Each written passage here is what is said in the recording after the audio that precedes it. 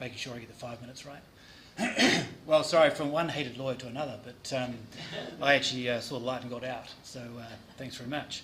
I was thinking of a bit of a theme for today, and so I looked on the website and found these quotes effectively, and for me that really sums up a foundation of service. And so I thought about a couple of people who have had an important impact on my life, in particular my two grandfathers, so I thought I'd start there by talking about them and their service and how that's impacted me. This is my paternal grandfather, Thomas Leonard Charles Reeves, aged 21, being processed into a German POW war camp. He was a gunner in the 4th Field Regiment of the New Zealand Army, and he was captured near Mount Olympus as the Allies were retreating from the Germans down to Crete. He was one of the unlucky ones to get caught behind and captured by the Germans, and then incarcerated for really the best part of the war. He was reported missing on the 18th of May 1941, and it wasn't until September in 1941 that his family were notified by Geneva that he was in fact a POW, along with about 2,000 other Kiwis. And then we fast forward to the 22nd of March 1945, where he was reported safe in Italy. So, he's given up quite a lot of his youth to make a better day for the rest of us, so that certainly sits pretty heavily with me. And this photo was actually only discovered last year by my older brother Nicholas when he was travelling to Vienna and contacted the Natural History Museum, the anthropology department, and they had this photo there. And it was amazing resolution, actually zoom in and see in the eyeballs there who was taking the photo of him. So yeah, quite an evocative photo for the family to get after all those years. Life in the camp, I think, is just a highlight there of how hard it was for them. Day and night shifts, 10.5 actual hours a day, the work is severe, all the prisoners have 24 hours rest per week up until now. There's been one fatal accident. The men work 9 hours a day on the construction of a motor road.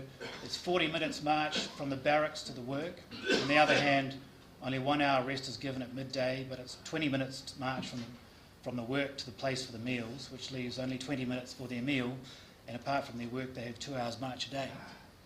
So a pretty tough life. On my maternal side, this is Sergeant Alan Humphrey Braby, and he was stationed in Crete at the age there of 42, and he was a quartermaster with the Australian General Hospital looking after everything from bedpans to x-ray trucks. After the evacuation from mainland Greece, more than 42,000 British and Greek soldiers disembarked on the island of Crete, and they were designated Cree forces, many of you probably know, which didn't go too well for the Allies. This is a picture of him. He must have got some leave hitchhiking 400 miles to Syria and back in 4 days. And I'm told that between inspecting mosques and strange shops, they sampled the local beer, and as I quote, "Australian beer beats the lot. After a few drinks we became teetotalers," said Sergeant Huxley there. And that was published in Pix magazine 1941. And interestingly, Gramps, I knew only drank whiskey after that. So, post-war life, Gramps joined the MLC, which many of you will know, a big insurance and investment company. And after joining in Sydney, they lived in Hobart for about a decade, and this is actually a picture of my mother there in the bottom right-hand corner. Somehow they got in the papers, moving to New Zealand, and in fact, Wellington. And that's where he was based. You probably recognise that building there on Lambton Quay. And then again we found this, so probably ties nicely into why I've decided to get involved with Rotary. He was the president of the Brisbane Rotary Club in 1978, and reading some of the information from back then, a lot of the work they were doing is very similar to the work that we all do today. So more importantly, who am I?